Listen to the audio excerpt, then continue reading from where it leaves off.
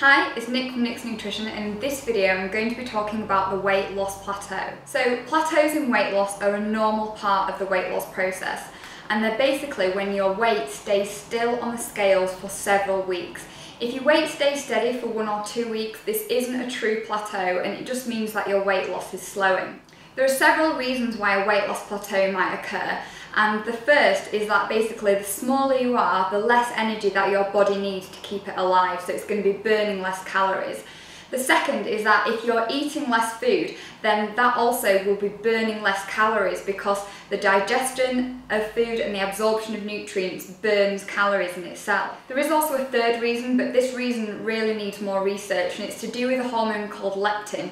Leptin makes you feel full, and it's produced by fat cells. So this means if you've got less fat cells, you potentially might be feeling less full. So I've come up with my top 5 tips on how you can either prevent a weight loss plateau from happening or how you can break through it.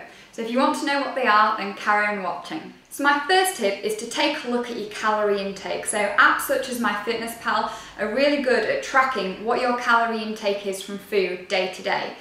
To break through a weight loss plateau, you may want to consider cutting your daily calorie intake by around 200 calories.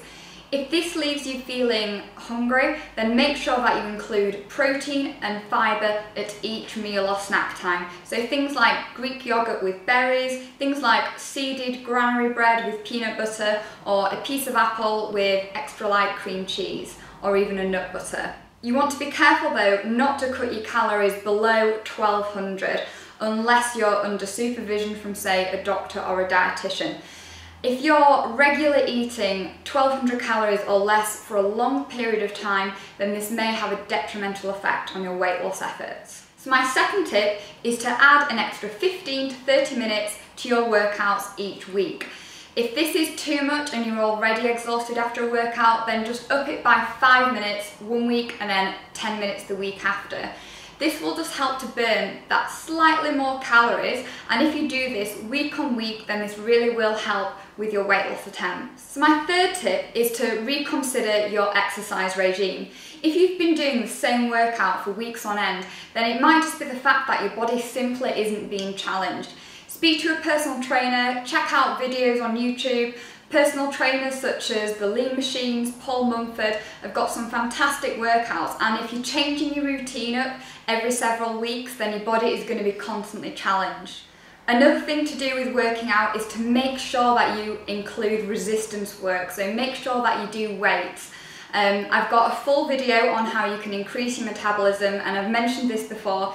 If you're building muscle, then you'll be burning more calories day to day. So my fourth tip is to reconsider your cheat days. So some dieters, and I don't like the word diet, when I say diet it just means everything that you eat, but some people who are trying to lose weight dedicate a whole day where they can eat and drink as much as anything that they like.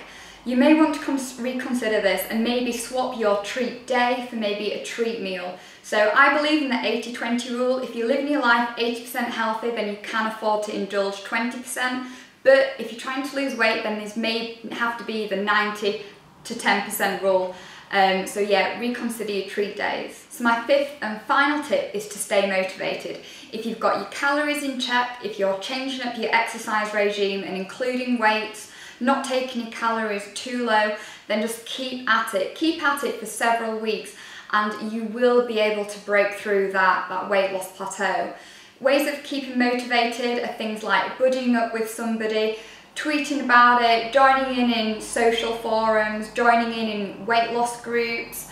I've got a full list of my top ways of how to keep motivated, and I'll link that in the information bar below. So I hope you found this video useful, and if you have, don't forget to give it a thumbs up and subscribe, and I look forward to seeing you next time.